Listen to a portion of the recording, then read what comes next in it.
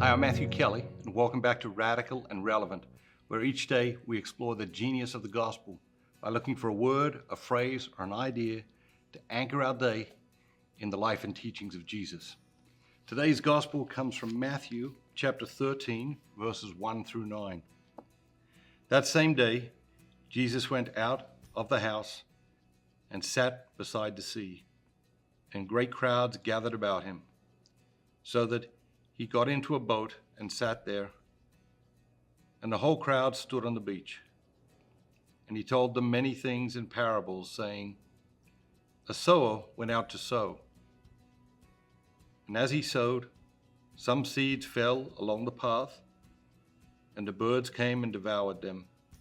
Other seeds fell on rocky ground, and they had not much soil, and immediately they sprang up, since they had no depth of soil. But when the sun rose, they were scorched, and since they had no root, they withered away.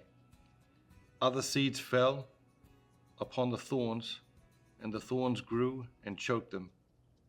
And other seeds fell on good soil and brought forth grain, some 100-fold, 60-fold, some 30. He who has ears, let them hear. What jumps out at you today? Is there a word or a phrase or an idea that stirs within you? The idea that jumps out at me is that the sower didn't take each seed and place each seed specifically in the richest soil available. The sower went out and he sowed generously. Very often when people are criticizing ministry, they're like, well, they're not as efficient as they could be. They don't want to be like the sower. They want to say, okay, we're going to take this seed and we're going to plant it perfectly only in the richest soil. And obviously that is not the way that we're called. We're called to sow generously. And so to ask yourself two questions today. One, are you sowing generously? And two, where are you?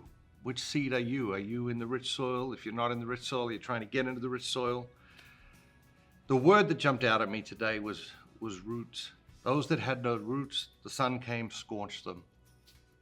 If we have no roots, we're vulnerable. We're vulnerable to being scorched by the sun. We're vulnerable to wind. We're vulnerable to storm. We've talked about trees before. Trees with strong roots can weather any storm. So what are the daily habits? What are the roots that you're driving deep into the earth so that you can weather the storms of life, which are inevitable? We may not know when the next one is coming, but we do know a next one is coming. Have a great day, and remember, be bold, be Catholic.